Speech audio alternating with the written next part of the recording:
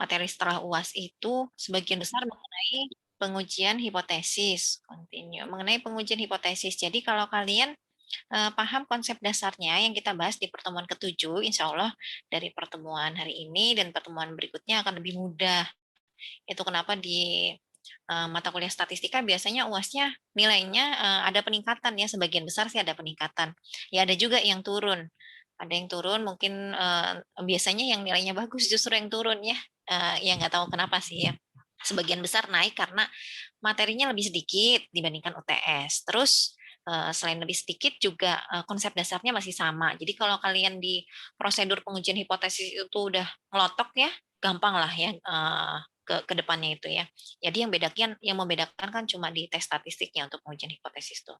Nah, di pertemuan hari ini kita mau bahas pengujian hipotesis untuk perbedaan dua sampel. Kita mau nguji beda dua proporsi sama beda dua rata-rata ya. Jadi misalnya kita ketemu pernyataan bahwa proporsi mahasiswi kelas 56 dan 57 itu berbeda gitu. Kita diminta untuk uji, berarti kita melakukan uji perbedaan proporsi. Kalau misalnya kita ditanyakan apakah nilai rata-rata kelas 56 dan 57 itu berbeda secara signifikan, berarti kita diminta melakukan uji beda rata-rata gitu ya. Jadi kita bandingin parameter populasi dari kedua kelompok berdasarkan data sampel dari kedua kelompok juga. Ya, sebelum masuk ke materinya, saya mau mengingatkan kembali nih konsep dasarnya di pengujian hipotesis ya. Ya mudah-mudahan kalian juga masih ingat ya, berhubung kita udah 3 minggu nggak ketemu, terus dari UTS statistika itu kayaknya sekitar 2 mingguan ya. Ya mudah-mudahan masih ada yang ingat nih. Masih ingat nggak prosedur dari pengujian hipotesis itu yang pertama ngapain dulu sih, Dek? Satu, apa yang kita lakukan kalau diminta uji hipotesis? Menentukan H0, H1. Tentu saja menentukan hipotesisnya, H0 sama H1-nya. H0 sama H1-nya. H0 sama H1-nya. Bunyi hipotesis ini berkaitan dengan parameter populasi. Kita bisa nguji hipotesis proporsi, bisa juga nguji hipotesis rata-rata. Nah, terus yang mau kita bahas ini yang kita kita apa namanya tes statistik yang kita gunakan di pertemuan ke-7 itu juga masih relevan dengan pertemuan saat ini ya. Cuma rumusnya aja yang beda. Karena kita menguji parameter populasi, bukan sampel, itu kenapa di H0 yang kita tuliskan selalu P atau mu, bukan P topi atau X bar, gitu ya. Karena P topi ini kan simbol untuk proporsi sampel. Sementara yang kita uji itu populasi, jadi P gitu ya. Itu perlu diingat ya, karena kadang-kadang masih ada juga yang salah uji proporsi, udah benar dia mengidentifikasi uji proporsi, tapi yang ditulis di H0-nya itu P topi. Ini harusnya P kalau proporsi ya. P nilainya sama dengan sekian gitu. Sama dengan A misalnya. Nah, hipotesis alternatifnya tandanya bisa tidak sama dengan, bisa kurang dari, bisa juga lebih dari ya. Nah, kalau uji rata-rata juga sama, yang kita tulis parameter populasinya, mu simbolnya, bukan X bar. Ya, mu sama dengan A misalnya ya. Hipotesis alternatifnya juga sama aja. Nah, kalau yang ini pengujiannya dua arah, ini satu arah ke kiri, yang ini satu arah ke kanan. Ya. Jadi kemarin ya mungkin karena kalau hipotesis mah termasuk gampang, jadi buru-buru ngitung tes statistik ada beberapa yang lupa nulis hipotesisnya. Padahal poin untuk hipotesis itu lumayan 5 ya. Jadi begitu hipotesisnya nggak ditulis, waktu saya bikin poin itu 5 ya. Tapi wah ini sayang nih hipotesisnya nggak ditulis. Baru udah nyampe kesimpulan benar gitu ya. Terus nilainya juga ada sih yang nilainya bagus banget. Jadi memang apa namanya sebarannya lumayan besar ya. Ada yang nilainya bagus banget, ada yang nilainya kurang. Mau saya diskon 5 kok kasihan gitu ya. Kok tambah kecil. Ya udahlah saya diskon 3 aja. Jadi kalaupun hipotesisnya nggak ditulis, poinnya cuma saya kurangin 3. Jadi nanti kalau kalian lihat nilai kalian di portal, terus misalnya nggak sesuai harapan, ya saya pengennya sih sesuai dengan yang kalian perkirakan ya. Nah, itu tuh jangan minta tambah nilai lagi ya, karena udah ditambah-tambahin waktu saya koreksi gitu. Yang tadinya harus dikurangin berapa, jadinya berapa. Kayak misalnya juga ada yang jawab ini belok dikit ke UTS ya, mumpung ingat. Ada juga yang ngitung, udah benar nih ngitung Z-nya 1,429. Satunya lagi kalau nggak salah angkanya 2,587. Kalian masih ingat ya kesepakatan kita dalam membulatkan ya, yang memang berlaku secara umum. Untuk baca tabel Z ini kan kita butuh Z-score dalam 2 desimal. Jadi ini kalau dibikin 2 desimal harusnya berapa nih, Dek? 1,43. 1,43. Iya, 1,43. Yang ini? Ini 2,59. 2,59. Saya lupa nih, ini 2578 apa 2587 ya, lupa ya. Tapi intinya begitu ya. Dibulatkan 2 desimal kan begini ya. Tapi kemarin itu ada yang nyari probability-nya itu, ini Z-nya jadinya 1,42. Kan jadinya hasil probability-nya juga beda kan ya, Dek ya? Ya kan? Nah, tapi ya itu ya, untuk UTS ini masih saya ampuni nih, nggak saya diskon nilainya, nggak saya korting. Sepanjang probability-nya juga masih benar ya. Tapi UAS, ini kalian ingat lagi nih kan kita masih melibatkan tabel distribusi Z, T, sama nanti chi-square. Bulatkan desimalnya sesuai ketentuan umum ya, jangan langsung dipotong di sini nih ya. Bulatkan 2 desimal sesuai peraturan. Peraturan, ketentuan. Oke, terus tapi seingat saya yang hari Kamis itu nilainya masih lebih baik lah ya. Ada yang dapat nilai 9. Saya lupa nih kelas ini apa bukan ya, ada yang dapat nilai 90. 97 kalau nggak salah ya, apa ya? Pokoknya 90-an. Tapi yang nilainya 30-an juga ada. Jadi pusing kan saya ya. Oke. Terus udah menentukan hipotesisnya. Kemudian apa nih? Udah bikin hipotesis? Hitung? Statistik uji ya, Bu. Tes statistiknya atau statistik uji. Tes statistik. Nah, waktu itu kan pembahasan kita kalau kita melakukan uji proporsi, tes statistiknya pakainya apa, Dek? Z hitung, Bu. Z hitung. Pakainya Z hitung. Kalau rata-rata pakainya? Z sama T. Z Sip. hitung, T Alhamdulillah masih hitung. ingat. Bisa Z, bisa T. Kapan pakai Z? Kalau standar deviasi populasinya diketahui. Kalau standar deviasi populasi diketahui. Kalau nggak diketahui, pakainya T, adanya standar deviasi sampel. Nah, ini nanti masih kita pakai ya konsepnya ya. Untuk uji beda proporsi juga nanti kita pakai Z. Ya. Tapi tentu saja rumus Z-nya beda. Untuk uji beda rata-rata kita bisa pakai Z, bisa pakai T. Tergantung standar deviasi populasinya. Gitu. Kalau standar deviasi populasi kedua kelompok sampel diketahui, pakainya Z. Kalau nggak diketahui, pakainya T. Ya. Kemudian udah dapat tes statistik, kita ambil keputusan. Kalau pakai titik kritis, ya kita bandingkan Z hitung sama Z tabel ya. Kita cari titik kritisnya. Kalau T hitung ya sama T tabel. Ada yang kemarin itu juga ya saya lupa ya, karena kalau saya koreksi itu kan seringnya nggak saya lihat namanya ya, biar fair gitu. Saya koreksi dulu, baru nanti kan waktu nginput ke Excel baru saya lihat namanya gitu. Nah, saya lupa di kelas yang mana, ada yang dia benar tuh di nomor 5 tuh. Udah ngitung Z hitung nih. Tapi dibandinginnya sama titik kritisnya itu pakainya di sini T. Gitu. Kelihatan ya, soalnya kan kalau nggak salah titik kritisnya itu negatif 1,96, ini 1,96. Ini T-nya nggak segitu, jadi sayang banget nih kalau Z hitung ya sama Z tabel, T hitung sama T tabel, gitu ya pasangannya. Kita lihat nih jatuh di area penolakan atau tidak gitu ya. Kalau jatuh di area penolakan, maka keputusan kita tolak H0. Kalau di luar area penolakan ya gagal menolak H0. Kita juga bisa pakai p-value. Kalau p-value ini kita hitung luas daerah dari tes statistik ke kiri atau ke kanan, tergantung nilai tes statistiknya. Ya kalau negatif, kita hitung luas daerahnya dari tes statistik ke kiri. Kalau tes statistiknya nilainya positif, kita hitung luas daerah dari tes statistik tersebut ke kanan. Dan kalau pengujiannya dua arah, jangan lupa untuk menentukan p-value, luas daerahnya dikalikan 2. Nah, selain dua metode ini, juga ada metode yang ketiga, namanya interval estimasi atau confidence interval ya. Kemarin saya lihat juga ada yang pakai CI nih untuk menguji hipotesis. Saya nggak tahu dia emang sengaja pakai CI atau memang sengaja pakai CI atau dia salah ya bikin, kan nomor 4 diminta bikin interval estimasi, nomor 5 dia bikin interval estimasi juga. Tapi untungnya benar ya. Kenapa kok bisa ada keberuntungan benar ya, mungkin dia juga udah belajar ya, jadi udah lebih maju dari teman-teman yang lain mungkin. Kalau pengujiannya 2 arah ya, pengujiannya 2 arah, alfa yang dipakai di CI itu sama dengan level signifikansi. Jadi kemarin yang ngerjain pakai CI insya Allah benar ya, sepanjang penghitungannya benar, kesimpulannya benar. Terus kalau pengujiannya 1 arah, alfa yang dipakai di mana sih Bu? Alfa yang dipakai waktu ngitung error. Kalau kita bikin CI kan langkah pertama kita hitung error, baru masukin ke bentuk interval umum. Ya, di errornya kan ada Z alfa per 2, ada T alfa per 2 gitu ya.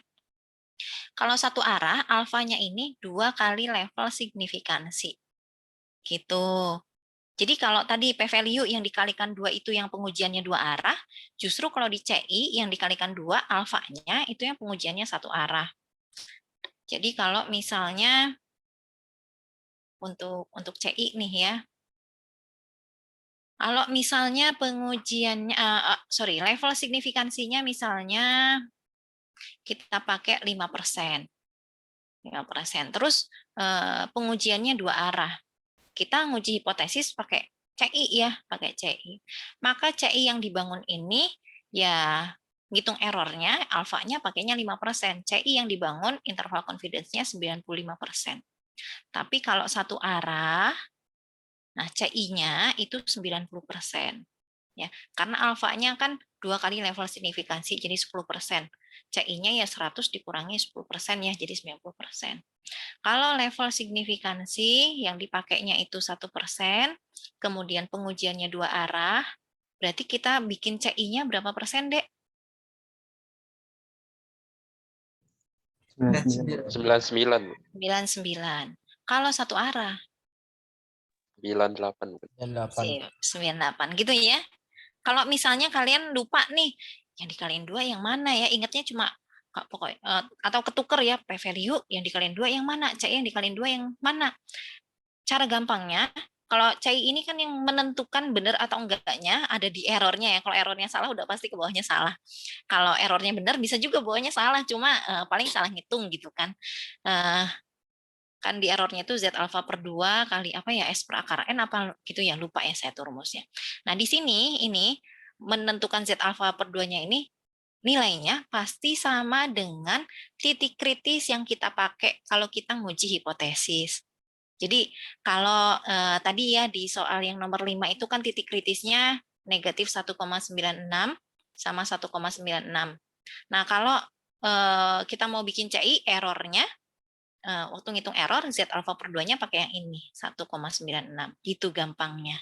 Jadi kemarin saya ngeceknya, saya nggak bikin kunci yang CI, tapi saya cek dia Z alfa per 2-nya pakai apa. Oh kalau pakai 1,96 pasti benar nih errornya.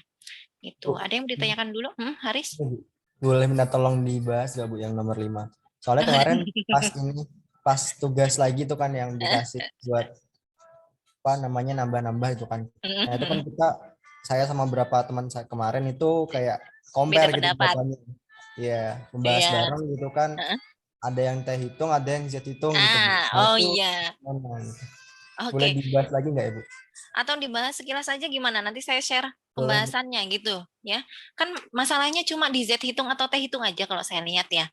Cuma di situ. Jadi sebagian besar nyarinya T hitung terus dia bandingin sama T tabel. Jadi memang di situ banyak salahnya ya.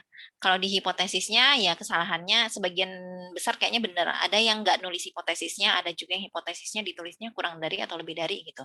Tapi cuma sedikit yang jawab pakai Z hitung. Harusnya pakainya Z hitung.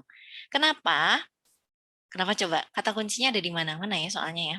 Standar deviasinya Bu. Iya, standar deviasinya kan ada seluruh gitu ya? Ya enggak? Seluruh mahasiswa rata-rata standar deviasinya. Seluruh siswa Bu. Dan aturannya itu kayak gimana ya Bu? Kan kita baru bahas sampel itu kan setelah dia ngomong standar deviasinya. Jadi standar deviasinya itu harusnya di bagian itunya populasinya, bukan di bagian sampelnya. Sebentar ya. Mana ya soalnya? Ini pasti ramai kemarin. Menurut saya begini, menurut saya begitu.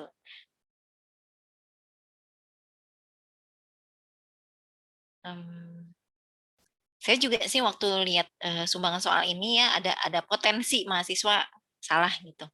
Karena iya ngomonginnya kan sampel nih ya. Dari pengecekan bulan lalu diketahui bahwa simpangan baku bersih, kalau di sini kan di setiap mahasiswa ya, bulan lalu simpangan baku dari seluruh mahasiswa 58. Jadi di sini populasi. Baru ngomongin sampel. Nah, jadi simpangan bakunya memang simpangan baku populasi. Kalau yang ini rata-rata sampel. Gitu deh. Ini yang membedakan nih. Saya juga pas baca ini kemungkinan banyak yang salah nih gara-gara setiap gitu ya nyempil. Dan ini ngomongin sampel. Jadi biasanya kelewat. Gitu, Dek. Oke?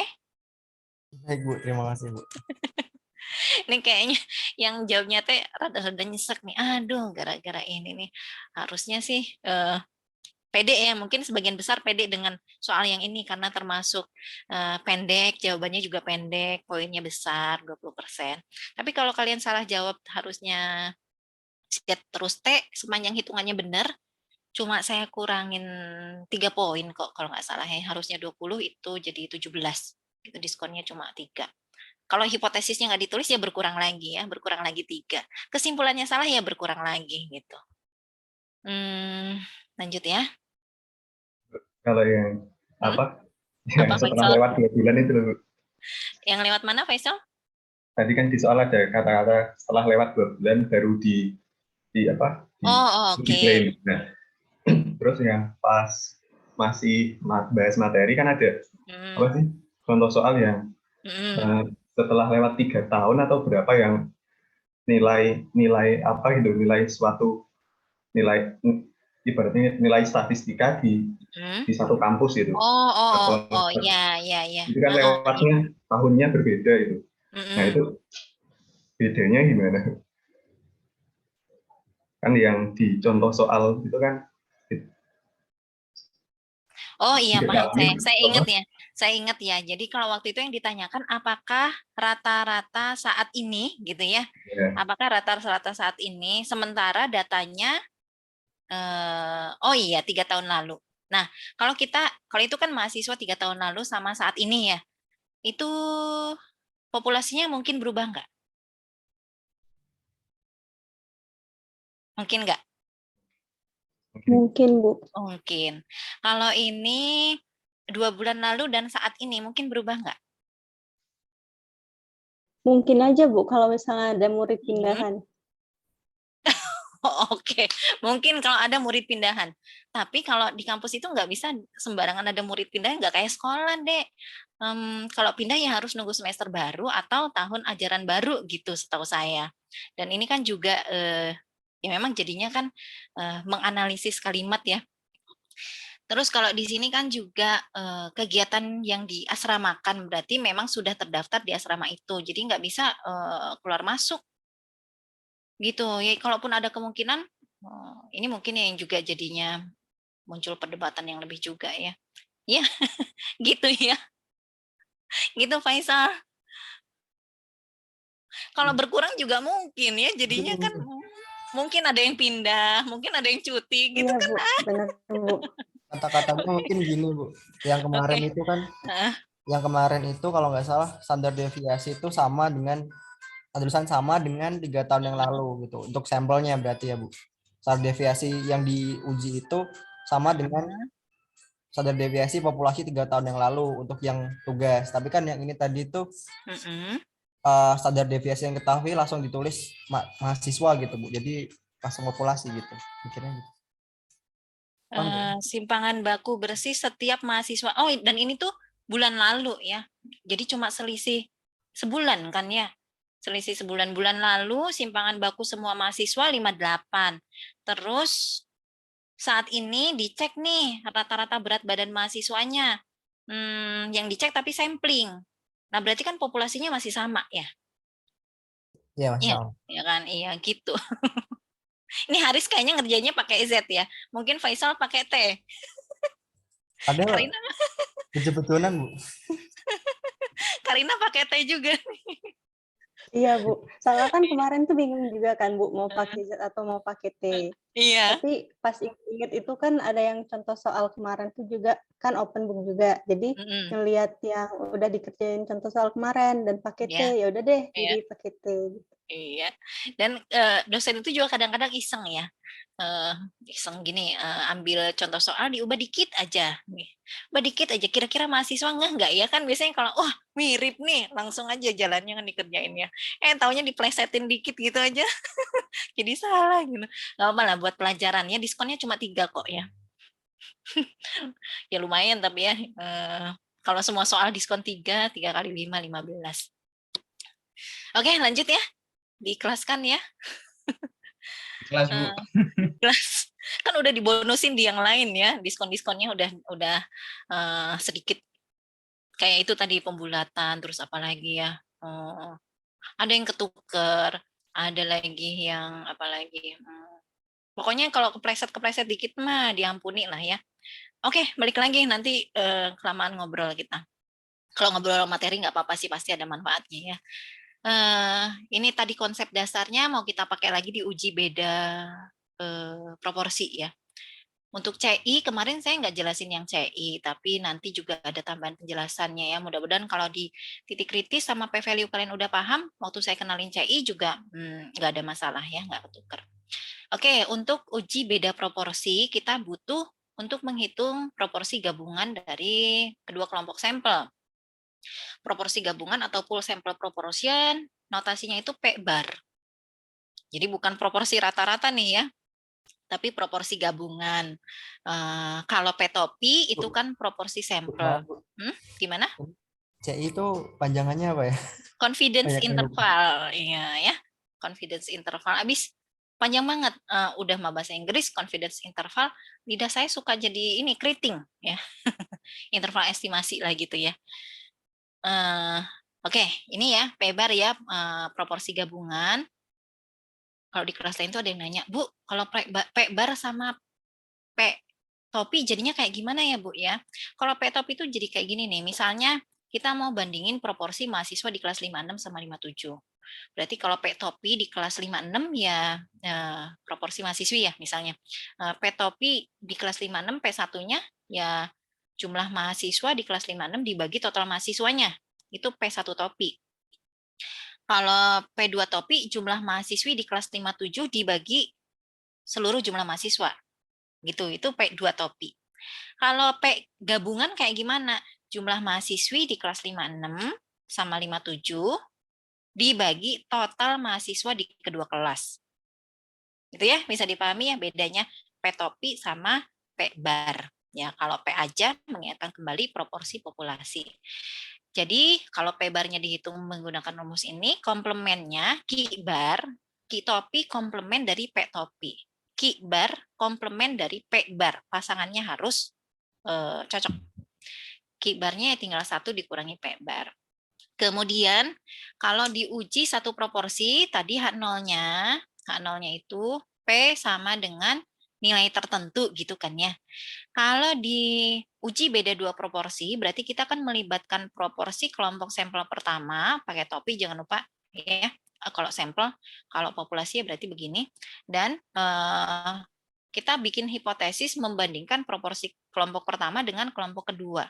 Nah, coba kalian bisa nggak bikin hipotesisnya untuk uji beda proporsi ini? Paling nggak tebak dulu deh. Kalau tebak berarti udah ngerti lah cara pembangunan hipotesisnya. H0-nya tandanya kan selalu sama dengan. Bu. Tinggal di sini ditulis apa kalau kita ngomongin P1 sama P2.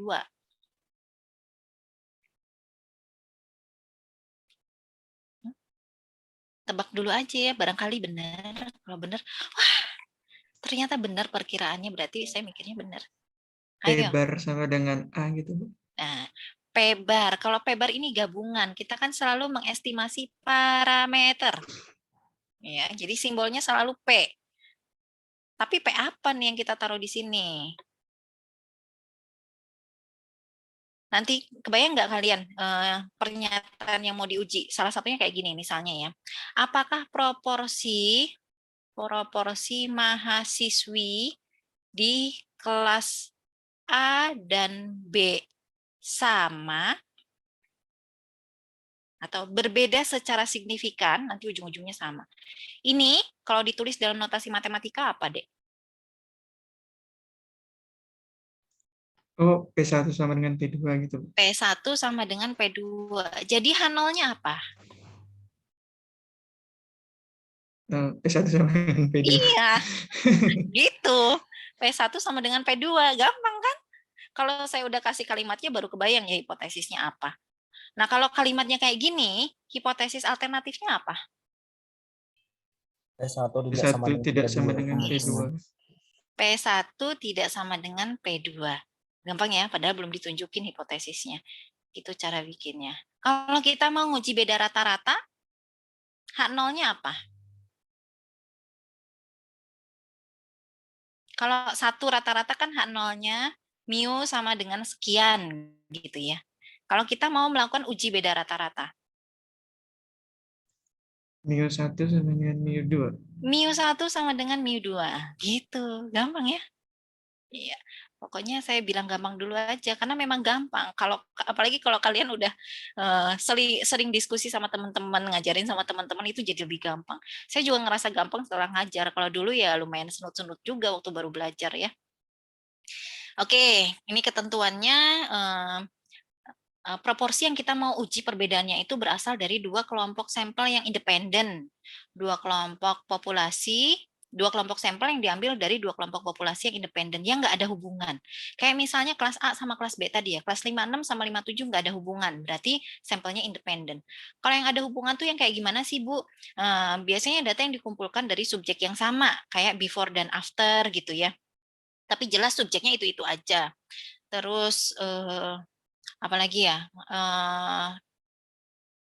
kayak data adik kakak mungkin ya di beberapa data itu datanya berpasangan, ada kaitan antara adik sama kakak gitu. Nanti saya jelasin lagi waktu kita mau masuk ke uji beda rata-rata ya. Kemudian ketentuan yang kedua, jumlah sukses sama gagalnya itu minimal 5. Nah, ini H0-nya, P1 sama dengan P2, hipotesis alternatifnya sama kayak biasanya, tandanya bisa tidak sama dengan, kurang dari, lebih dari. Nah, ini tes statistiknya, pakai Z juga kan ya, nanti ini dibandingkan sama Z tabel ya. Jadi Z tabel yang dipakai kalau alfanya masih 5%, 1%, 10%, ya masih itu-itu aja ya, antara 1,96, 1,645 sama 2,575 ya kalau nggak salah tuh. Itu kemudian jadi P1 topi ini ngitungnya ya tinggal jumlah sampel dengan karakteristik tertentu di kelompok pertama ya dibagi total sampelnya. Kalau P2 ya yang ada di kelompok kedua.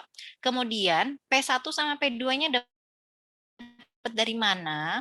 P1 sama P2-nya nggak usah dicari. Kita butuh nilai P1 dikurang P2. Nah, nilai dari P1 kurang P2 ini bergantung pada hipotesis nolnya. Jadi kalau kita bikin H0-nya P1 sama dengan P2, ini bisa kita tulis dalam bentuk lain. P1 kurang P2 sama dengan 1. 0. 1. 1 kurang 1, Bu, maksudnya ya. Jadi ini P1 kurang P2-nya kita ganti dengan 0.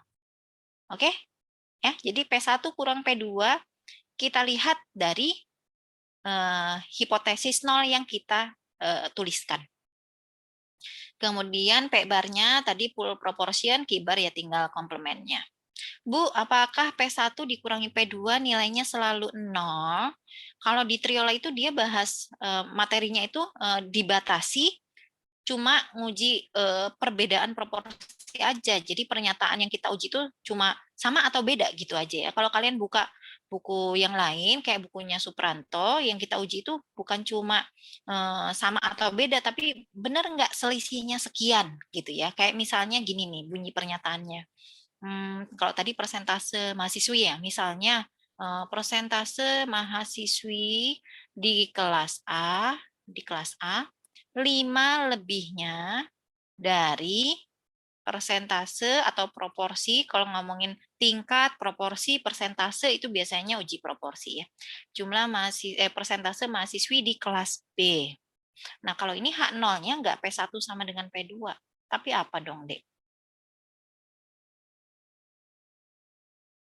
5 lebihnya itu, Bu. Itu persen 5 atau lebihnya. nominal, Bu? Ini persen. Oh ya, Ya. 5% berarti, Bu. Jadi gimana dong? Persentase mahasiswi di kelas A. Ini apa nih simbolnya? P1, Bu. P1. Bu. 5 lebihnya dari persentase mahasiswi di kelas B. Sama P1 dengan tambah 5% sama dengan P2. P2 ditambah 5%. 5. Ya, 5 lebihnya. 5 lebihnya berarti 5 ya. Kalau gini 5 lebihnya dari persentase. Iya betul ya? Ya kalau 5% ya begini. 5% lebihnya ya begini nih. Tinggal tambahin gitu ya. Atau bentuk lainnya P1 kurang P2 sama dengan 5%. 5%. Nah, kalau H0-nya begini, ini P1 kurang P2-nya jangan dibikin sama dengan 0, tapi dibikin 5%. 5%. Gitu ya? Paham maksud saya? Iya. Sip. Ya, kalau di Triola selama ini sih aman-aman aja ya, cuma diminta menyimpulkan sama atau beda. Kalau sama atau beda ya H0-nya yang ini. Cuma ya kalian juga harus bisa ya kalau kalimatnya diubah sesuai dengan referensi yang lain. Supaya kalau misalnya nanti kalian ketemu teman kalian dari kampus lain gitu ya, berarti kan mereka belajarnya nggak cuma dibatasi di sini aja nih. Bisa diajak diskusi gitu ya kalau kalimatnya diubah. Oke, ini tes statistiknya. Kemudian kalau udah tahu tes statistik mah kan tinggal ngambil keputusan ya. Nah, kalau kita mau bikin CI, confidence interval estimate ya, interval keyakinan dari perbedaan proporsi, kita hitung errornya pakai rumus ini. Nggak pakai P-bar ya, pakainya P-topi sama Q-topi. Q1 topi ini dapatnya dari mana, Dek?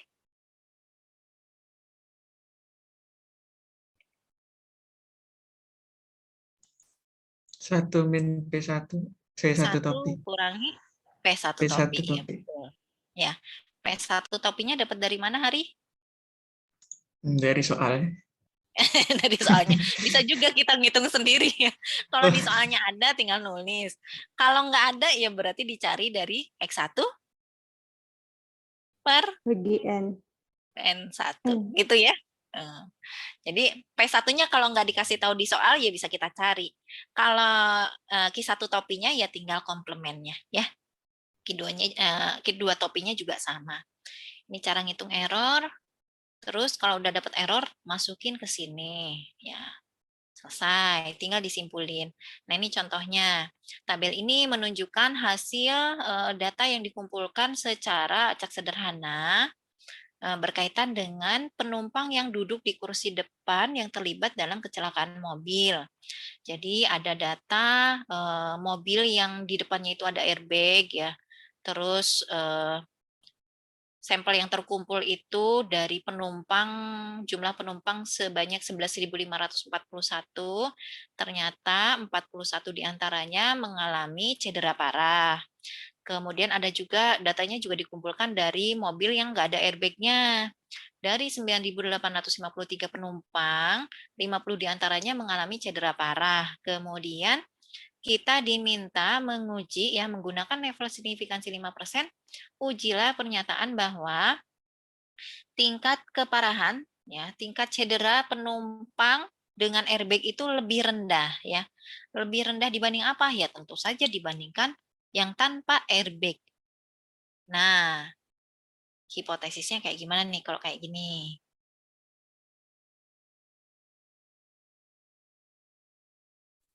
P1 lebih kecil ketimbang P2.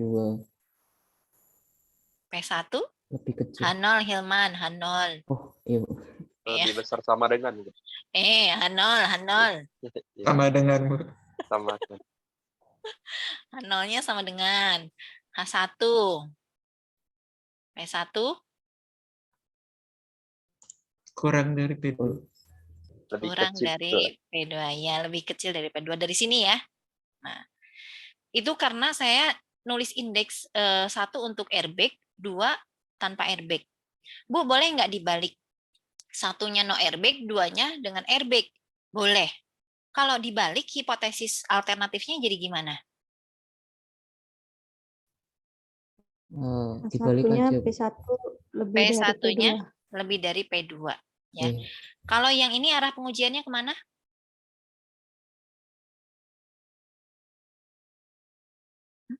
Ini arah pengujiannya Kiri kemana? nggak, Bu? Kurang dari Ke kiri, Bu. Iya, kiri. Kalau yang ini arah pengujiannya ke kanan. ke kanan, gitu ya. Lah, kok beda, Bu? Beda, tapi dua-duanya benar nanti ya. Waktu kalian ngitung tes statistik, ini nanti cuma beda tanda positif negatif. Angkanya sama, ya. Kalau angkanya beda, ya berarti ada yang salah ngitung. Angkanya harusnya sama, beda positif negatif, nanti kesimpulannya sama. Bu, ini boleh nggak saya tulis jadi P2 lebih dari P1? Boleh nggak, Dek?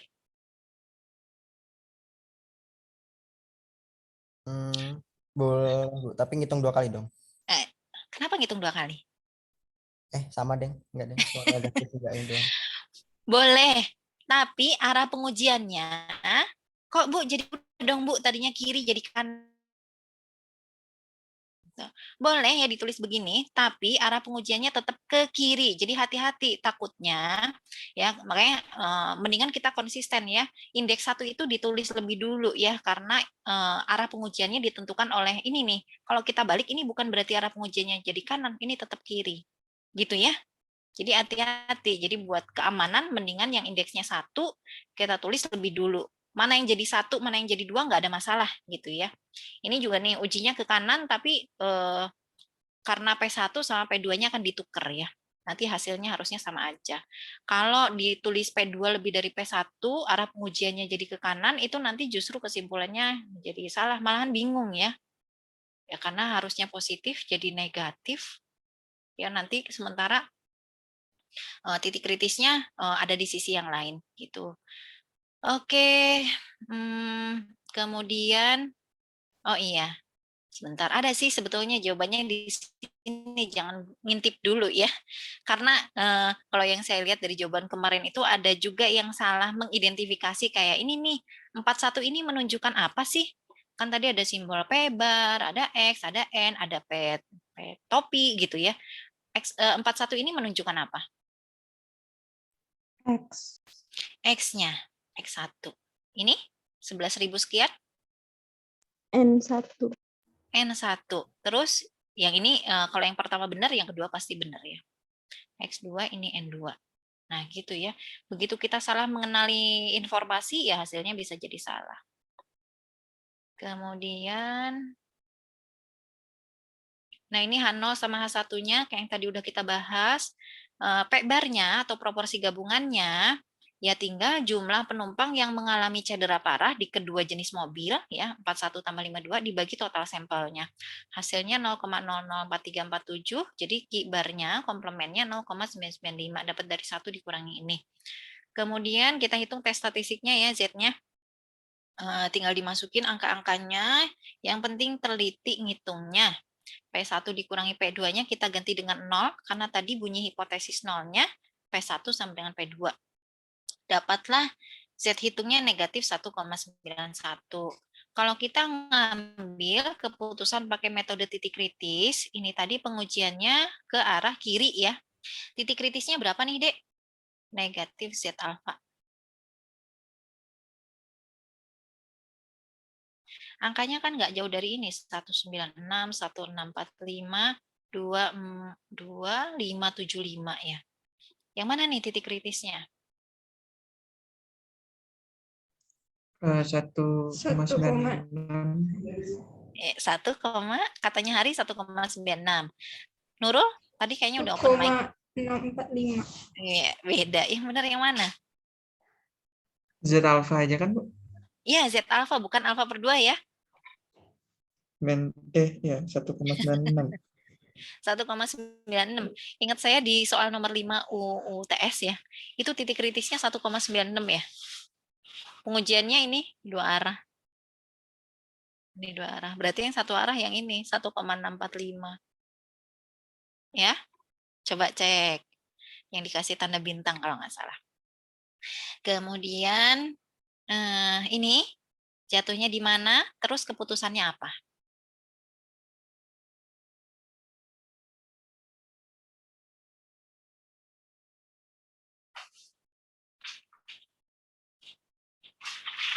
Apa, Dek?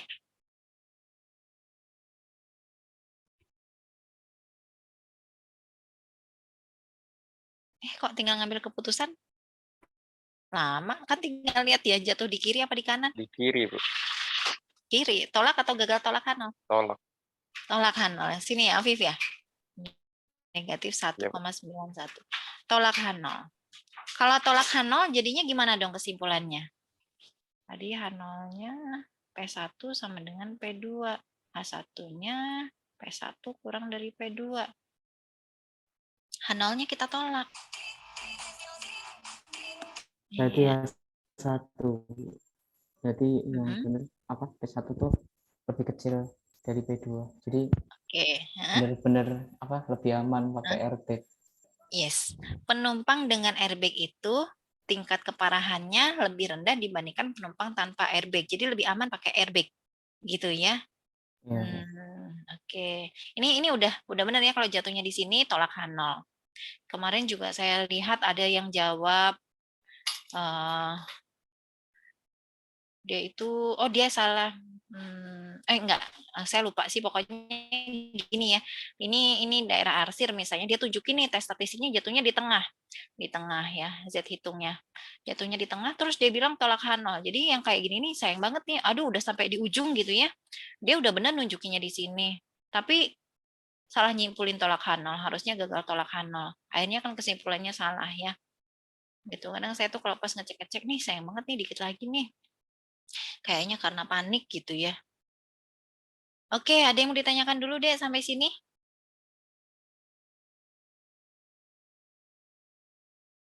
Nah, kalau ini pakai p-value ya, kita cari luas daerah dari negatif 1,91 ke kiri, karena tandanya negatif, jadi luas daerah kiri yang kita cari. Luas daerahnya 0,0281, karena pengujiannya satu arah, luas daerahnya nggak usah dikalikan 2 ya. Ini langsung menunjukkan p-value-nya. Karena kurang dari alfa, maka keputusan kita sama kayak tadi, tolak H0 ya. Oke, bisa dipahami? Ada yang mau ditanyakan dulu? Bu, izin bertanya. Ya, silakan Hari. Berarti tadi karena ini CI, tadi alfanya itu dikali 2, Bu. Ya, kalau mau bikin CI, alfanya dikalikan 2. Ya, kayaknya di sini ada deh diminta nyari ya. Ini tadi kesimpulannya. Oh iya, sebentar sebelum masuk ke CI ya, di sini ada catatan. Kalau kita mau nguji pernyataan terkait dengan proporsi dua populasi, metode p-value sama metode tradisional atau metode titik kritis itu ekivalen. Hasilnya selalu sama, harus sama ya. Kalau beda, ada yang harus dicek. Tapi nggak ekivalen sama metode CI, pakai metode confidence interval. Maksudnya nggak ekivalen gimana? Bisa sama, bisa beda hasilnya, gitu ya. Jadi kalau kita mau nguji pernyataan berkaitan dengan proporsi dua populasi, lebih disarankan kalau kita ngujinya pakai p-value atau metode tradisional. Ya, daripada pakai CI, lebih disarankan pakai dua metode yang pertama. Tapi kalau kita mau mengestimasi perbedaan populasi dua proporsi, gunakan CI. Gitu ya. Kayak yang nomor 4 itu kan udah jelas ya, kita diminta bikin interval estimasi. Ya berarti bikin CI. Itu. Kemudian, nah kalau dari data tadi kita bikin CI untuk menguji hipotesis, alfanya kan dikalikan 2 tadi ya, sesuai yang dikonfirmasikan oleh Hari. Jadi kita bikin CI-nya itu yang 90%. Itu kenapa di sini ada catatan nih. Confidence level atau interval kepercayaan 90% itu comparable sebanding dengan level signifikansi 5% untuk pengujian hipotesis satu arah gitu ya. Jadi kita bikin CI-nya, errornya. Nah ini tadi kan saya udah sampaikan ya. Kalau kalian lupa alfanya dikalikan 2 apa enggak, ya. Nah nilai Z alfa per 2-nya ini mengikuti titik kritis yang ada di metode tradisional. Tadi kan metode tradisional, nah ini ya, negatif 1,645, ambil positifnya, cemplungin ke error. Gitu, misalnya kalian lupa nih ya, 196 apa 1645 ya, lihat aja metode titik kritis. Dapatlah errornya 0,001507, kemudian masukin ke bentuk umum interval, dapatlah estimasi proporsi dari kedua populasi. Jadi Dengan menggunakan interval confidence 90%, kita menduga perbedaan proporsi kedua kelompok sampel itu ada di antara negatif 0,00323 sampai negatif 0,000218. Ini interval estimasinya. Kalau interval estimasi ini kita pakai buat mengambil keputusan hipotesis, kita harus cek nih. Yang dicek di interval ini apa, kita balik ke H0-nya. Kita balik ke H0-nya. Bunyi H0-nya P1 sama dengan P2. Atau ya P1 kurang P2 sama dengan P1 kurang P2 sama dengan 0. Nah, nilai 0 ini yang kita cek ke sini. Masuk ke interval atau tidak? Tidak masuk di tengah. Kalau nggak masuk interval, keputusannya gagal tolak H0. Iya. Tolak H0 ya. Tolak H0 karena nggak masuk interval. Kalau masuk interval baru gagal menolak H0.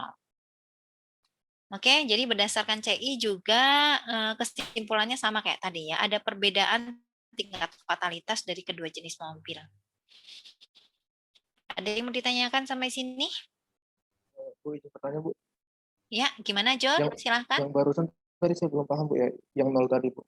Kalau nggak masuk interval. Kok yang 0 yang dimasukin ke interval? Karena tadi kan H0-nya P1 sama dengan P2 atau P1 kurang P2 sama dengan 0. Ini kan penduga untuk perbedaan proporsi, ini juga perbedaan proporsi. Nah, 0-nya masuk ke sini atau tidak? Karena kiri dan kanannya negatif, jadi 0 pasti nggak masuk ke sini. Karena nggak masuk, maka keputusannya tolak H0. Karena di interval estimasinya, di dugaan kita nggak ada angka 0 ya, jadi udah pasti nggak 0. Itu kenapa kita menolak H0. Gitu, Jol. Kalau bunyi hipotesis nolnya, misalnya kayak yang tadi saya contohin ya, yang ada di bukunya Supranto gitu.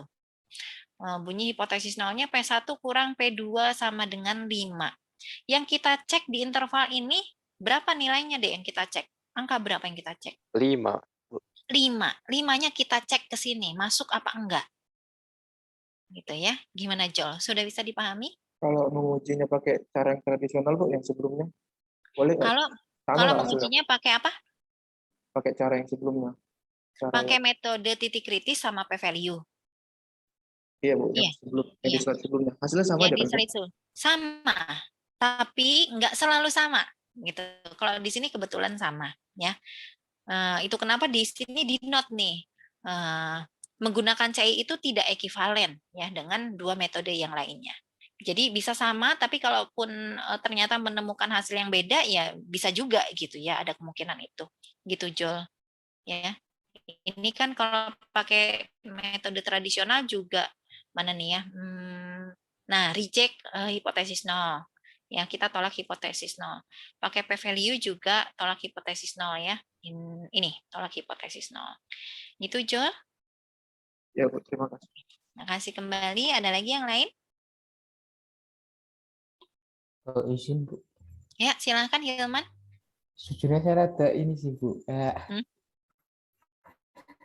Rada bingungnya itu kan kejadiannya P1 kan tadi ruangnya lebih kecil daripada P2 ya, Bu, H1-nya. Nah, terus H0-nya kan disama denganin tuh, Bu. P1 sama dengan P2. Nah, itu kan berarti kayak seolah-olah kalau misal H0-nya ditolak tadi tuh kayak masih ada peluang P2 lebih besar, P1 lebih besar dari P2 gitu loh, Bu. Kayak mecah jadi 2 gitu. Oke, karena kan kita tolak H0 nggak sama ya. Kalau nggak sama berarti bisa kurang, bisa lebih dari gitu ya. Nah, bisa. Itu, Bu, kayak aku bingung sih itu. Ya, itu kenapa kita bikin hipotesis alternatifnya baliknya ke pernyataannya supaya memang udah kita batasi di kurang dari. Itu kenapa kan area penolakannya di kiri, nggak akan di kanan. Gitu, Hilman. Kalau masih belum jelas bisa di kiri, bisa di kanan, ya berarti kita ngujinya kiri dan kanan. H1-nya jadinya tidak sama dengan. Gitu bedanya ya. Karena kita diminta mengujinya lebih rendah ya di area kiri, karena kan memang nih dari hasil pengumpulan sampelnya juga ya, proporsi yang dengan airbag ini kan lebih rendah ya. Terus kalau di kelas lain juga ada yang nanya gini, Bu, kalau kita gagal menolak H0, kalau gagal menolak H0 berarti kesimpulannya gimana nih, Dek? Berarti setuju sama H1. Apa? Gagal menolak H0. Oh, berarti setuju sama H0, Bu. Gagal Setuju sama H0 kan, kalau gagal menolak H0 berarti tingkat fatalitas penumpang di airbag sama no airbag sama aja ya. Iya. Sama aja. Bu, kalau kita gagal nolak H0 gimana? Padahal ini proporsi sampelnya lebih rendah di airbag dibandingkan tanpa airbag gitu ya. Ya memang kalau kita ngomongin angka, ya bisa lebih rendah. Tapi ketika kita melakukan analisis statistik, kita akan sampai ke kesimpulan apakah perbedaannya itu signifikan atau tidak. Gitu ya. Apakah lebih rendah secara signifikan atau tidak. Kalau di matematika, satu itu udah jelas lebih rendah dibandingkan dua. Gitu. Tapi kalau di statistik belum tentu berbeda secara signifikan. Bisa jadi satu itu sama dengan dua. Itu dalam pandangan statistika. Kalau di pandangan matematika mah satu lebih rendah dari dua. Gitu Hilman. Jadi kita udah batasi di sininya karena diminta ngujinya apakah lebih rendah atau tidak. Dan pernyataan ini juga berdasarkan sampel yang kita kumpulkan juga gitu. Ya. Ibu, terima kasih, Bu. Terima kasih kembali. Ada lagi?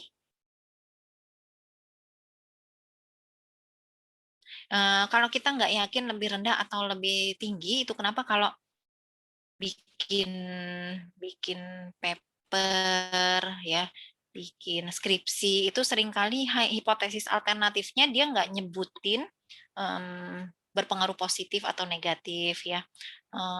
Seringkali cuma hipotesisnya itu dinyatakan menunjukkan pengaruh yang signifikan. Jadi membuka kemungkinan pengaruh positif sama negatif. Kalau konteksnya Hilman tadi berarti membuka kemungkinan penumpang dengan airbag ini tingkat fatalitasnya lebih tinggi gitu. Nah itu kalau kita nggak yakin nih hasilnya itu lebih rendah atau lebih rendah atau lebih tinggi ya. Nanti baru dilihat dari hasil analisis statistiknya, oh ternyata lebih rendah atau lebih tinggi gitu ya. Yang lain gimana? Ada yang mau ditanyakan? Lanjut. Oke, kalau gitu, nah ini silahkan dicoba ya. Mudah-mudahan kalian bisa nyoba 5 menit, terus kita bahas ya 5 menit, nggak tahu nyampe kemana, kita bahas bareng-bareng, supaya nanti bisa segera masuk ke uji beda rata-rata.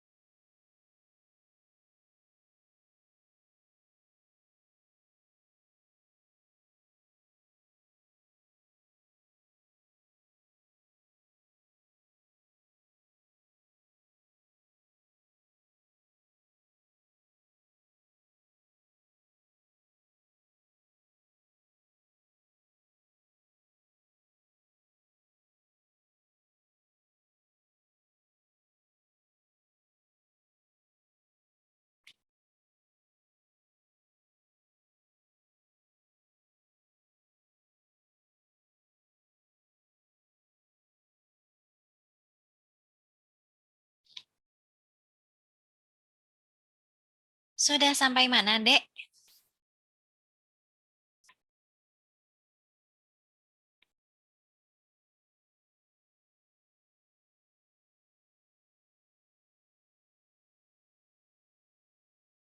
Mudah-mudahan nggak ada yang komen.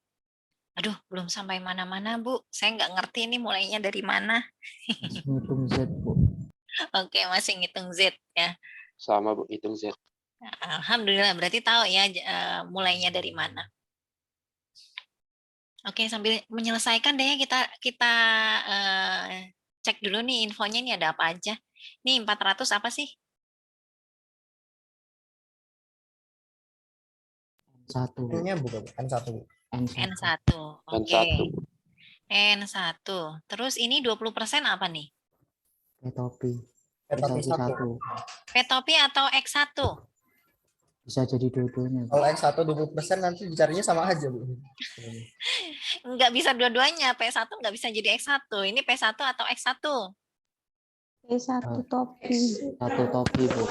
P1 topi, benar Kalau ya. X-nya dikalikan N. Yes, kalau X itu jumlahnya ya, kalau persentase tingkat apa itu proporsinya ya. Jadi dari sini X1-nya 80 ya. Iya, Bu. Ini Iya, N2, ini P1, P2. topi. Jadi X2-nya 32. 132. Oke, berarti kalian udah selesai dong hitung P gabungannya. Sudah, Bu. Berapa? 0,212. Oke, Q barnya 0,788. 0,788. 0,788. Dapatlah Z-nya, udah belum? Udah selesai hitungannya? Belum, Bu. Belum, Belum, Ibu Bu. ganggu. Dapat 0,76, Bu. Karina dapat 0,676. Hah? Minus 57. 0,76. Minus 0, oh ini ya kayaknya 758 ya asalnya ya Karin ya? Iya, Bu. Ya, oke. 758. Soalnya saya ingatnya ada angka 5, ada angka 7, ada angka 8 gitu ya. Cuma 758 apa 578 gitu, saya suka lupa. Ini kayaknya ya Z-nya. Kemudian jangan lupa ya, gara-gara keasikan ngitung tes statistik, hipotesisnya belum ditulis.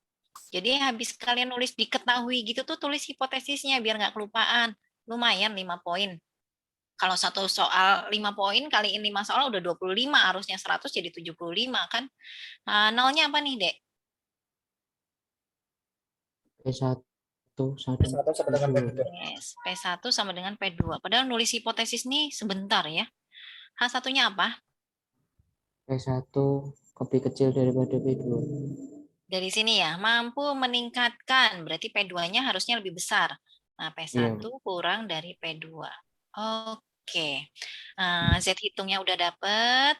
Kita cari Z tabelnya, titik kritisnya, pengujiannya satu arah ke kiri ya. Ini berapa negatif Z alfanya?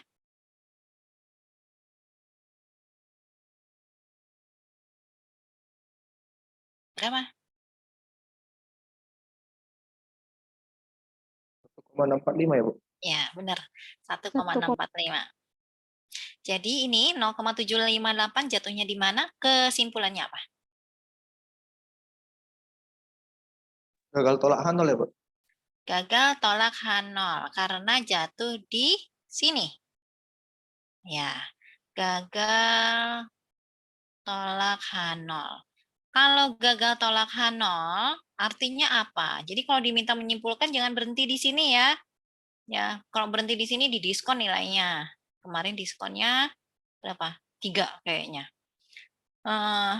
Jadi apa nih jawabannya? Apakah pemasangan iklan tersebut mampu meningkatkan proporsi ibu rumah tangga yang menyukai kopi merek N? Iya, berarti Iya, Bu, mampu meningkatkan proporsi ibu rumah tangga yang menyukai. Kita cek. Gagal tolak H0. Berarti ini benar apa enggak H0-nya? Benar ya, Bu? Benar. Benar, Bu. Benar, Bu. Kalau ini benar, H1-nya benar enggak? Salah. Enggak, salah. Salah, Bu. Nah, kan cuma bisa milih salah satu. Ya, H0 apa H1? Yang benar H0. Jadi ini mampu meningkatkan proporsi ibu rumah tangga yang suka kopi merek N enggak? Iya, Bu, mampu meningkatkan. Iya, saya ulangi lagi ya. Gagal tolak H0, berarti H0-nya benar atau tidak? Oh, benar, benar. Tidak meningkatkan berarti. Tidak meningkatkan, ya. Ya, udah ya. Ya, Bu. Ya. H0-nya benar kan? H0-nya benar. Berarti sama-sama aja kan mau pasang iklan atau enggak, proporsinya enggak berbeda secara signifikan. Gitu ya. Iya. Waktu ngambil kesimpulan harus disinkronkan, dan ini yang memang mikirnya harus hati-hati itu ya. Bukan selalu ketika gagal tolak H0 itu pernyataannya benar, nggak selalu. Kita cek lagi, karena sekali lagi pernyataan ini ya kayak yang saya pernah sampaikan di waktu itu ya. Pernyataan yang kita mau uji itu bisa tertuangnya di H0 atau di H1. Gitu. Ada yang mau ditanyakan dulu sampai sini?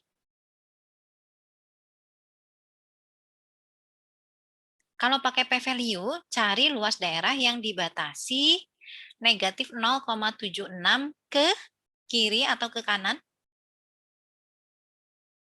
Kurang dari berarti kiri.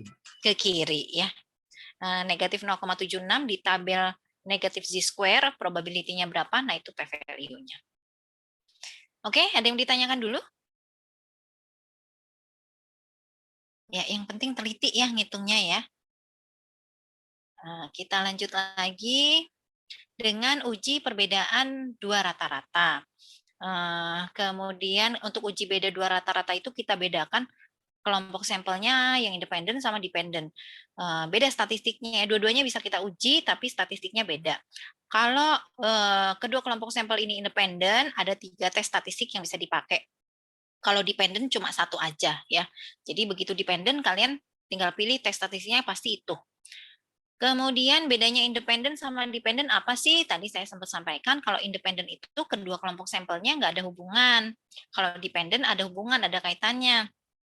Contohnya tadi ya, hasil pengukuran dari subjek yang sama, kayak before after.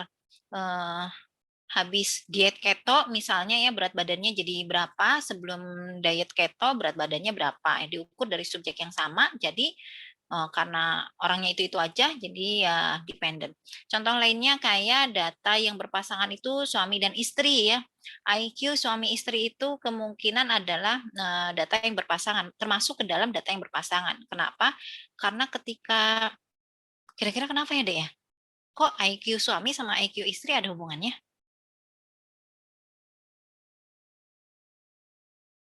Anaknya. Apanya Haris?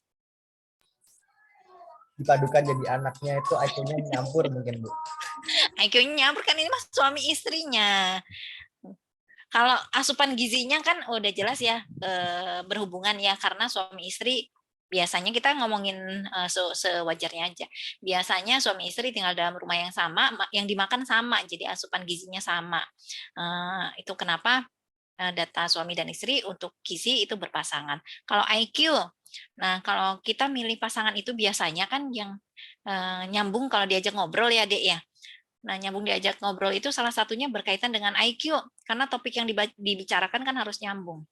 Kayak misalnya kalau saya nikah sama orang yang pinter banget gitu, orang yang pinter banget itu biasanya bahasannya berat-berat gitu ya. Kemungkinan saya nggak bisa ngimbangin gitu ya, nge-lag ya. Nge-lag nggak dia ngomongin apa. Nah kalau saya dangdong kan dia juga nggak mau sama saya ya. Saya juga kan nggak ngerti dia ngomongin apa gitu. Jadi gitu salah satu alasan kenapa data suami dan istri itu berpasangan. Jangankan jadi suami istri, cari pacar aja kan cari yang omongannya nyambung ya. Nggak nyambung mah ya mau ngomongin apa gitu, ketemu kan hubungan itu kan terbangun dari percakapan. Aduh, kok ibu ngomongnya jauh banget sih. Nggak apa-apa lah ya. Intermezzo. Terus lanjut ya. Ini independen sama dependen bisa dipahami bedanya ya.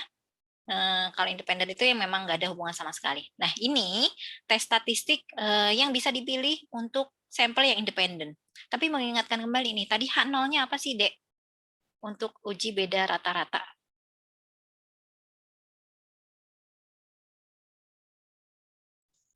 Mu1 sama dengan Mu2. Mu1 sama dengan Mu2. Jadi dari sini kita dapat Mu1 kurang Mu2 sama dengan 0. H1-nya bisa macam-macam ya, bisa Mu1 tidak sama dengan Mu2, bisa lebih dari, bisa kurang dari. Nah, kalau sampelnya independen, jadi kalau kalian mau uji beda rata-rata, pertama cek dulu sampelnya independen atau dependen. Setelah tahu itu kasusnya independen, sampelnya independen, kita cek kayak diuji satu rata-rata ya. Kita cek standar deviasi populasinya diketahui atau tidak. Kalau diketahui pakainya Z nih ya, yang atas. Kemudian kalau nggak diketahui pakainya T. Tapi di sini sekarang T-nya ada 2 ya. T yang mana Bu? Yang bawah apa yang kanan? Yang bawah ini kita pakai kalau standar deviasi populasinya tidak diketahui dan tidak diasumsikan sama. Nah, kalau kita diminta mengasumsikan standar deviasi populasi pertama itu sama dengan standar deviasi populasi kedua, itu kita pakainya yang ini. Kita menggunakan pool variance S kuadrat P. Pool variance dicari pakai rumus ini. Kemudian kalau tes statistiknya itu mengikuti distribusi T, nanti kan kita bandingkan ya kalau metode titik kritis mah pakai T tabel. Nah, nyari T tabel itu butuh degree of freedom. Kalau standar deviasi populasinya nggak diketahui, pakai yang bawah nih, degree of freedom-nya kita pilih yang paling kecil antara N1 kurang 1 dan N2 kurang 1. Ya, karena kan kelompok sampel yang kita kumpulin jumlahnya bisa beda. Kayak tadi penumpang dengan airbag itu 11.500 sekian. Yang tanpa airbag 9.000 sekian gitu ya. Karena N-nya beda, N1, N2-nya beda, berarti ada DF1, ada DF2. Nah, degree of freedom yang dipakai itu yang paling kecil. Kalau yang bawah. Kalau yang kanan, degree of freedom-nya dihitung pakai rumus ini. Gitu. Dan kita lihat nih, di setiap tes statistik mau Z ataupun T ada mu1 kurang mu2. Ya, X1 bar dikurangi X2 bar dikurangi mu1 kurang mu2. Pembedanya cuma pembaginya aja.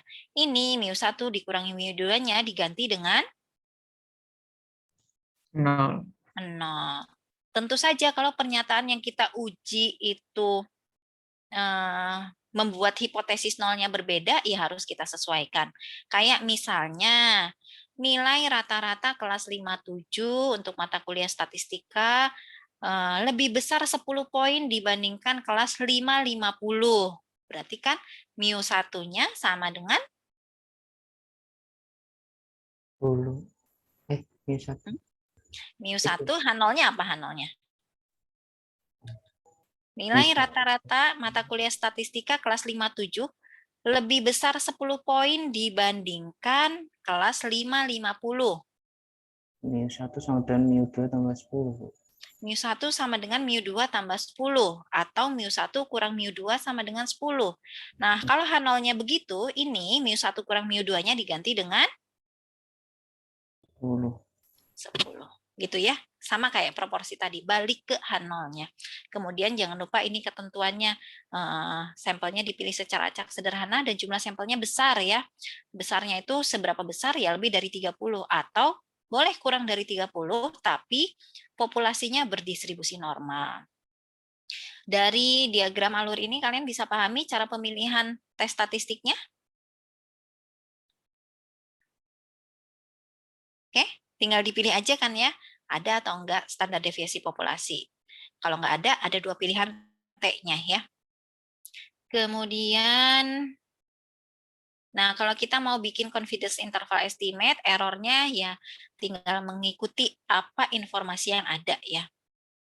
Tinggal dilihat nih mana yang lebih pas. Degree of freedom-nya juga masih sama kayak tadi. Nah ini contohnya. Headline yang ada di USA Today, dia menyatakan bahwa laki-laki sama perempuan itu equal talker, sama-sama suka ngomong, ya sama-sama banyak ngomong. Masa sih Bu, kalau di sekitar saya enggak tuh Bu perempuan yang banyak ngomong gitu ya. Apalagi mak-mak ketemu sesama mak-mak tadinya cuma pergi ke warung ngobrol 5 menit sama tetangga, dari 5 menit berkembang jadi 5 jam. Mama begitu ya, apalagi kalau jarang ketemu. Saya aja tadinya cuma cerita apa terus bisa kemana-mana kan di kelas aja. Padahal saya ini termasuk pendiam ya Dek ya. Apalagi kalau saya nggak pendiam kan. Oke lanjut ya. Terus headline ini merujuk pada studi terkait jumlah kata yang diucapkan dari sampel laki-laki dan perempuan dalam sehari gitu ya. Mereka menyatakan ini karena mereka melakukan penelitian terhadap kelompok sampel laki-laki sama perempuan. Terus setiap hari ya peneliti ini menghitung ya jumlah kata yang diucapkan setiap laki-laki sama setiap perempuan yang jadi kelompok sampelnya. Nah, sehingga diperoleh data seperti ini. Jumlah laki-laki yang dikumpulkan itu 186 yang diamati ya. Diperoleh hasil rata-rata jumlah kata yang mereka ucapkan dalam sehari itu 15.668 dengan standar deviasinya 8.632. Dari kelompok perempuan, jumlah perempuan yang dijadikan sampel itu 210, rata-rata kata yang diucapkan dalam sehari 16.000 sekian, ini standar deviasinya. Nah, sebetulnya kan kalau dari rata-ratanya ini kita lihat jumlah kata yang diucapkan perempuan lebih besar dari laki-laki, tapi apakah perbedaannya ini signifikan atau tidak, itu yang diuji secara hipotesis. Kemudian gunakan level signifikansi 5% untuk menguji pernyataan bahwa laki-laki dan perempuan itu mengucapkan jumlah kata yang sama dalam sehari. Ya. Apakah ada bedanya ya, berdasarkan kesimpulan itu ada bedanya jumlah kata yang diucapkan laki-laki dan perempuan. Oke. Kalau ini tes statistiknya pakai apa nih, Dek?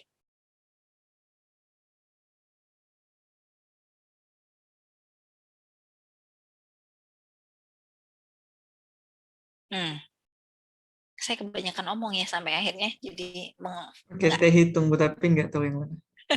Pakai teh hitung tapi nggak tahu yang mana. Yang lain gimana? Itu tadi Hari pokoknya pakai teh, tapi pakai yang kanan apa yang bawah gitu ya. Yang lain gimana? Yang teh hitung yang kanan, Bu. Teh hitung yang kanan. Yes. Kenapa, Hilman? Itu, Bu. Apa? Kata-kata terakhir, Bu. Mana? Ini kata-kata terakhir kan apakah ada bedanya jumlah kata yang diucapkan laki-laki sama perempuan? Bentar, Bu. Test granted women and men speak the same itu, Bu. Sebelumnya, Bu. Test ini. Itu, Bu. Iya, Bu. Nah, ini yang laki-laki sama perempuan rata-rata mengucapkan kata yang sama dalam sehari. Apakah ini menunjukkan kalau yang kanan tuh standar deviasi populasi ya? Sama ya, standar deviasi populasinya diasumsikan sama. Iya. Ayo, yang mana? Saya balik ke sini nih.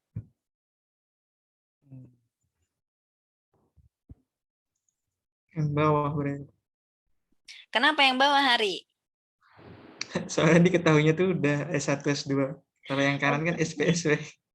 Yang kanan SP, SP, tapi bisa dicari SP-nya, kan ada S1, S2. Ya. Ayo. Ayo, yang lain mungkin. Ini jawabannya gampang. Benar tadi pakai yang bawah. Kenapa? Karena nggak diminta mengasumsikan standar deviasi populasinya sama. Nggak ada di sini kalimat asumsikan standar deviasi kelompok laki-laki dan perempuan sama. Gitu ya. Itu aja jawabannya, alasannya gampang. Kenapa? Karena ini tadi kan kalau standar deviasi populasi yang nggak diketahui, kita punya alternatif 2 tes statistik kanan sama kiri. Kalau kita riset dalam artian sebenarnya gitu ya, mau uji beda rata-rata, tapi standar deviasi populasinya nggak diketahui, kita lebih disarankan pakai yang ini ya. Jangan mengasumsikan sama. Jadi dalam realnya kita lebih disarankan pakai yang bawah. Kecuali kalau diminta memang mengasumsikan sama gitu ya.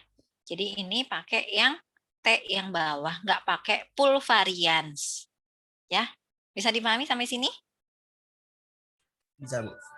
Oke. H0-nya udah ada di sini, jangan ngintip ya. Jangan ngintip jawaban yang ada di slide. H0-nya.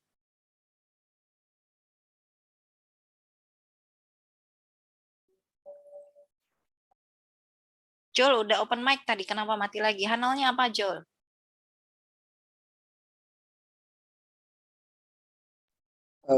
Mu 1.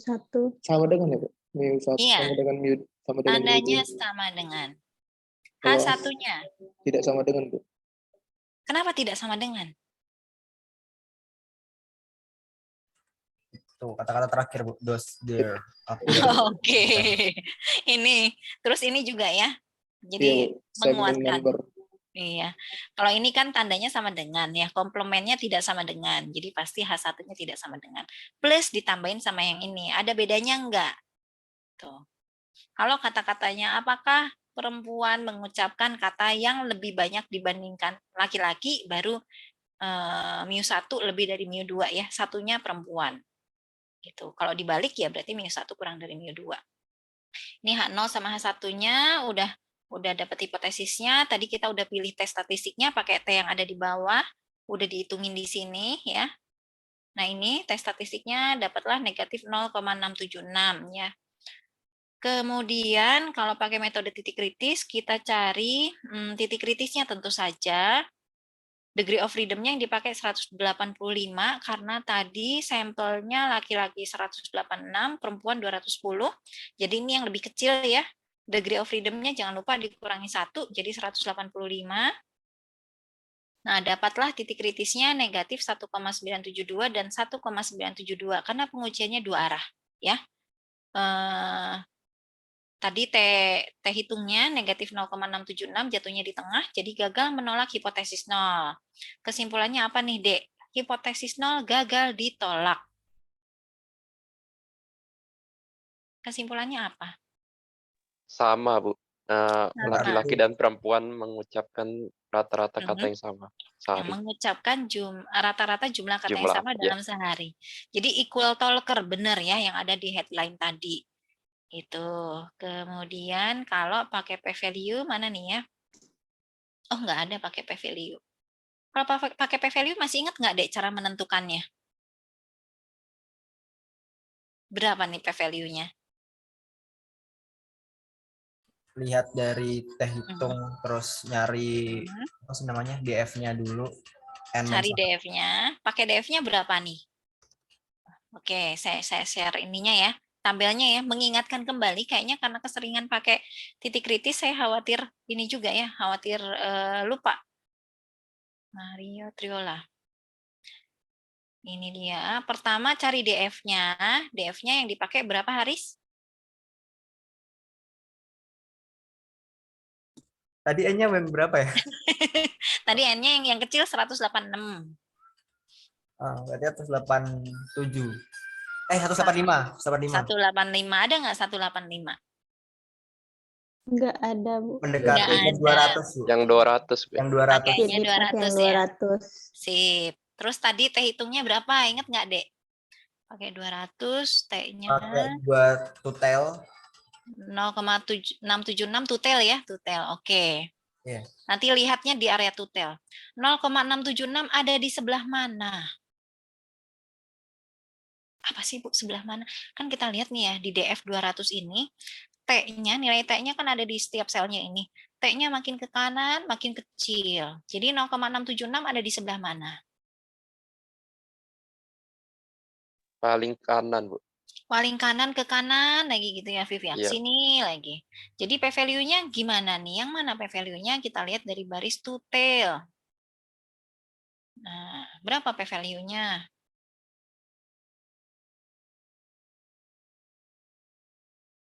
Satu 1,286 ya, Bu. Iya, Bu. Kok 1,286? Lupa nih kayaknya nih. Ini kan menunjukkan luas daerah nih sebenarnya ya. Kalau kita perhatikan di area one tel sama two tel kan sama aja ya. Makin ke kanan, nilai luas daerahnya atau p-value-nya makin besar. Makin besar. Kalau T-nya ya makin kecil, kalau p-value-nya makin besar. Ini kan 0,05, 0,1, 0,2 ya. Makin gede kan ya. Jadi p-value dari 0,676 pasti Besar daripada 0,1. lebih besar dari 0,2. Oh, tutel. Tutel kan tadi? Tutel atau tutel? Tuh, kan sama dengan coret. Bu. Oh iya, tidak sama dengan ya. Apakah ada bedanya gitu tadi ya? Tutel ya. Jadi lihat yang ini ya, 0,2. Nah, p-value-nya udah jelas lebih dari 0,2. Pasti kalau kita bandingkan dengan alfa, ini lebih besar atau lebih kecil atau enggak, Bu, nggak bisa dipastiin gitu. Gimana, Dek? Bisa nggak disimpulkan? P-value-nya kita tahu lebih dari 0,2. Kalau dibandingin sama alfa, alfanya 5%. Lebih besar, Bu. Lebih besar. P-value lebih besar dari alfa. Jadi pasti gagal tolak H0. Gitu. Oke, udah ingat untuk p-value? Udah. Ya. Biar nggak lupa Mas, sering latihan. Kalau misalnya metode titik kritis udah ngelotok, ya coba mulai sekarang ngambil keputusan hipotesisnya pakai p-value. Tapi juga dikombin sama titik kritis ya sekali-kali biar nggak lupa malahan. Nanti p-value-nya ngelotok gantian titik kritis yang lupa. Oke, kita balik lagi ya ke slide. Ada yang mau ditanyain dulu nggak? Tapi sambil nunggu. Bu, izin bertanya. Ya, silahkan. Kalau p-value itu kan kalau misal Z dikali 2, kalau T hitung itu juga dikali 2. Kalau misalnya dia 2 arah gitu. Kalau 2 arah tergantung yang dilihat hari. Tadi bagian barisnya, kalau yang kamu lihat di one tail itu kalikan 2. Tapi kalau di baris two tail nggak usah dikaliin 2 lagi.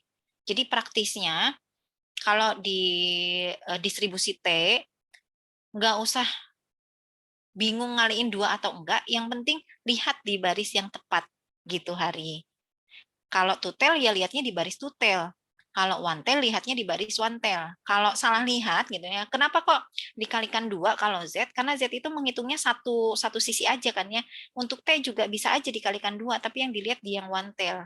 Gitu. Jadi praktisnya kalau pengujiannya 2 arah, p-value-nya nggak perlu dikalikan 2, yang penting lihatnya di barisnya yang two tail. Karena kalau diperhatikan tadi angka-angka di area in one tail itu setengahnya area di two tail. Jadi di two tail itu udah dikaliin 2 sama dia p-value-nya. Gitu hari. Mudah-mudahan nggak bingung nih saya jelasin. Terima kasih banyak, Bu.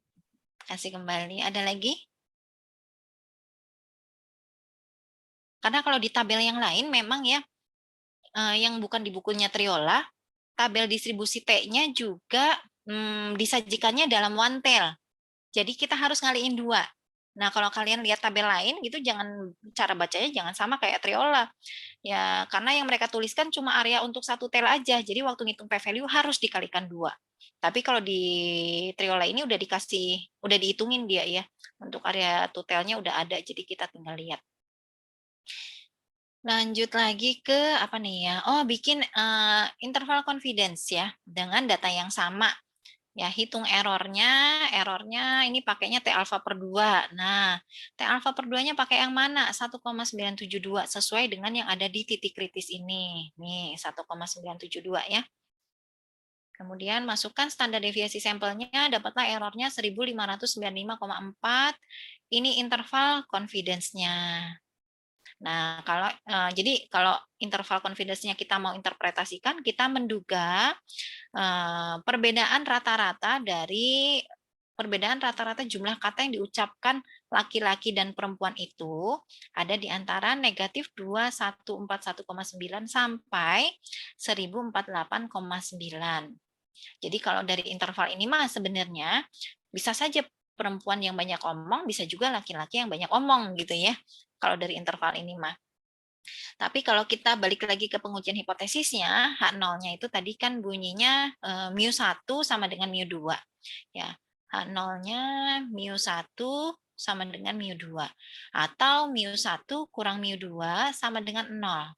Nah, kita cek ke sini. Yang dicek apanya, Dek? Masuk atau tidak, Bu? Apa nih yang masuk atau tidaknya nih, Vin? 0 ya, Bu. 0-nya masuk apa enggak? Masuk nggak nih di interval Masuk, ini? Bu. Masuk. Jadi keputusannya apa? Tolak H0, Bu. Masuk. Masuk. Kalau masuk diterima atau enggak? Diterima, Bu.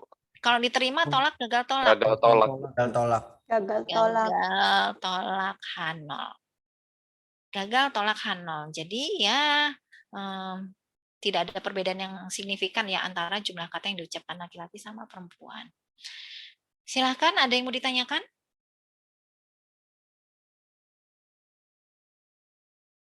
Kalau nggak ada, oke kita 9 menit ya.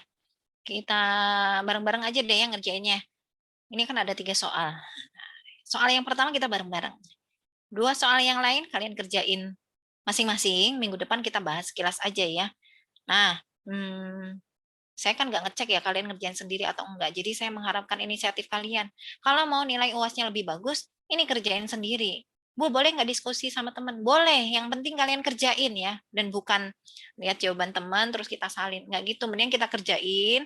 Terus kalau beda, ya diskusikan sama temennya, biar kita tahu salahnya kita ada di mana gitu ya.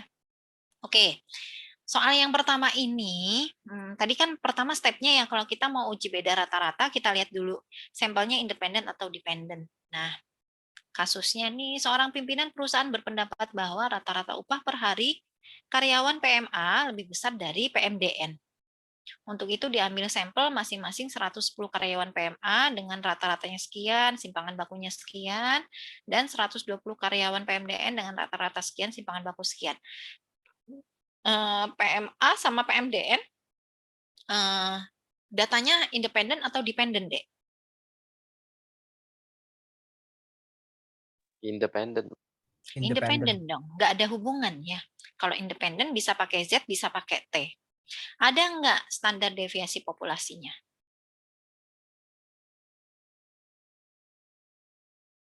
Sampel semua, Bu. Sampel semua. Jadi pakainya apa tes statistiknya? T hitung. T hitung. T yang bawah, T yang kanan. Yang pakai full variance. Yang bawah. Bawah, Bu. Yang bawah, ya nggak pakai SP-SP-an ya. Ini Iya. pakai yang bawah. Oke, nanti kita coba ya, tapi lihat dulu ini nih. Kalau yang ini, berikut adalah data nilai prestasi kerja karyawan yang mendapat training dengan yang tidak mendapat training. Apakah terdapat perbedaan rata-rata prestasi kerja antara karyawan yang mendapat training dengan yang tidak? Ini ngomongin data sampel atau data populasi? Populasi. Populasi. Jadi simpangan bakunya simpangan baku populasi atau sampel? Populasi. Pakai tes statistiknya apa? Z hitung. Z hitung. Paling atas. Kalau Z cuma satu, gampang ya. Nah yang ini.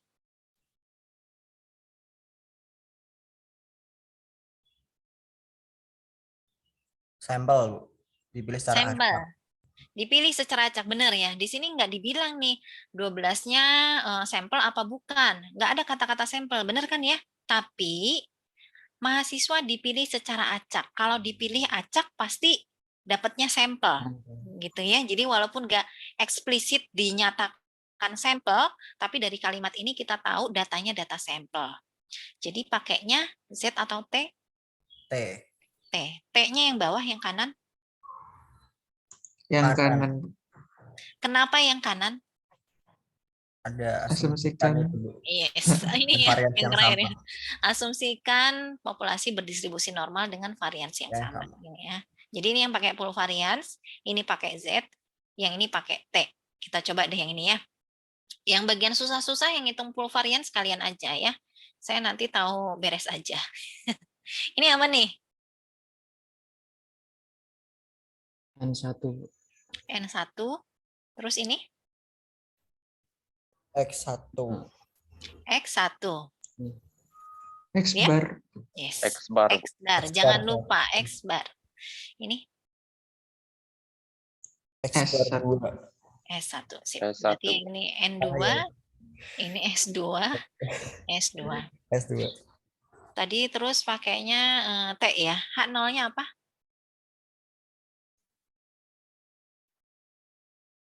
Pernyataannya mana nih? S1 Ya. apa H0-nya sama dengan tadi ya, Bu. Sama dengan. Terus yang itu mu1 lebih besar dari mu2. Mu1 lebih besar dari mu2 dengan catatan PMA-nya 1 ya. Mu1 lebih besar dari mu2. Jadi pengujiannya satu arah, kita hitung tes statistiknya. X1 bar dikurangi X2 bar, kurangi mu1, kurang mu2. Ini nanti bantuin ngitung bagian bawahnya nih ya. Ini S1 kuadrat per N1. Kalau nggak salah rumusnya begini. Ya. Sama dengan X1 225 ya. Kurangi 210. Mu1 kurang mu2-nya? 0. 0. 0, Bu. 18 kuadrat ini berapa ya? 110 ya? Tambah 20 kuadrat 120. Ya, berapa nih?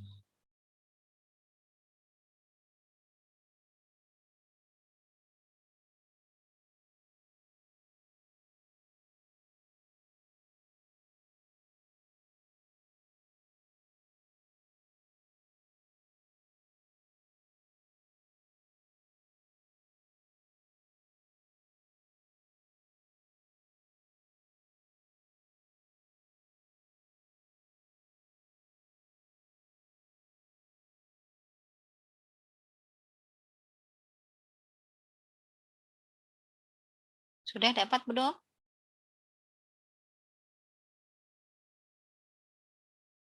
Satu koma 9. Kok beda ya? Barengan tapi kok kayaknya beda ya? Berapa? Kok saya dengarnya 1, dua-duanya sih? Iya, 1,99 kalau saya, Bu. Yang Karin tadi berapa? Karin berapa, Karin? Tadi dapat ini, Bu. 5 deh. Tapi bentar, Bu, coba lagi. Dua-duanya cek ya, atau yang lain bantuin ngitung dong. Yang benar yang mana nih? Dapat 5,986. Nah, Karin berapa tadi? Aku sama kayak Hilman, Bu. Oke. Haris. Yang X bar 2-nya masukinnya 220, jadi Oh iya. 10 ya, kelebihan 10. 5,986. Positif ya, benar ya? Positif. Terus pengujiannya di mana nih? Satu arah, dua arah, kiri kanan? Satu kanan. Satu kanan. Berapa titik kritisnya? Alfanya 1%. Degree of freedom-nya yang dipakai berapa nih? 110. 109. 109. Coba cari di tabel T. 109 nggak ada ya, adanya 100, 200. 100. Sip, pakainya 100. Berapa nih dapatnya?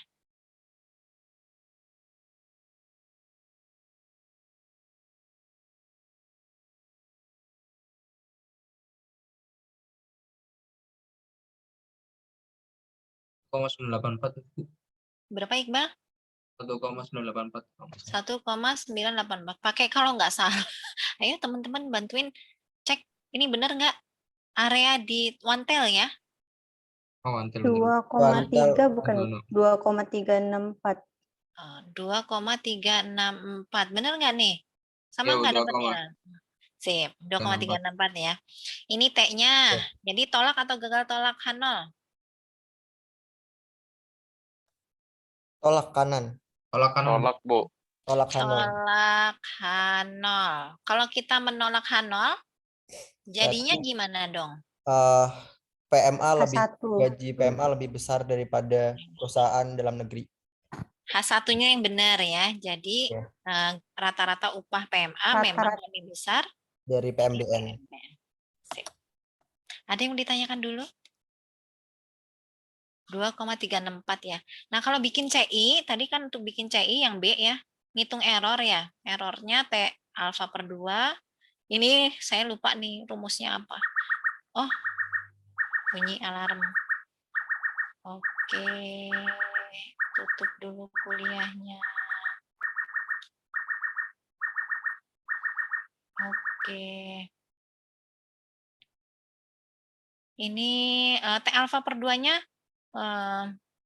kan ini alfa yang dipakai di error itu satu arah ya, 2 dikalikan 2 ya, tapi kalau misalnya yaitu tadi lupa kita pakai titik kritisnya 2,364. Tinggal ini masukin S1 S2 gitu. Udah dapat error masukin ke interval. Gitu deh, ada yang ditanyakan dulu nggak?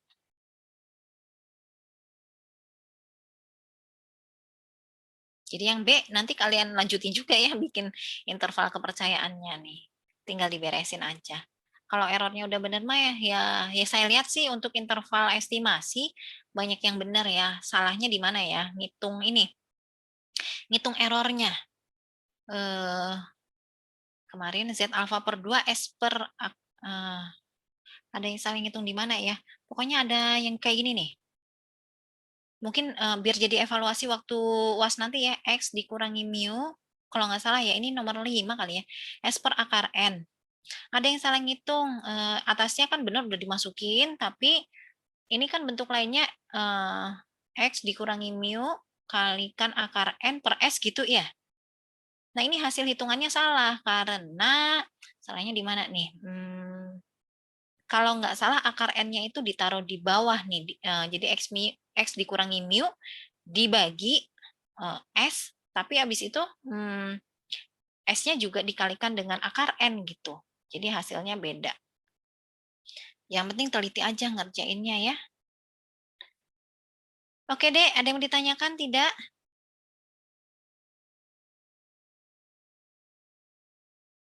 Mudah-mudahan cukup jelas ya materi hari ini.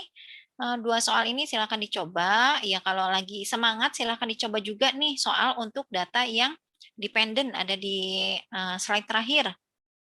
Nih, ini udah ada. Kan prosedurnya sama ya, cuma yang membedakan tes statistiknya aja. Udah ada juga di sini. Nah, ini tes statistiknya. Oke, kalau tidak ada yang ditanyakan, saya cukupkan dulu materi hari ini ya, Dek ya. Terima kasih banyak atas partisipasinya. Sampai ketemu minggu depan. Jaga kesehatan ya. Selamat siang. Assalamualaikum warahmatullahi wabarakatuh. Terima kasih banyak, Bu. Terima kasih kembali. Izin end meeting ya. Terima kasih banyak, Bu. Iya, Bu. Baik, Bu.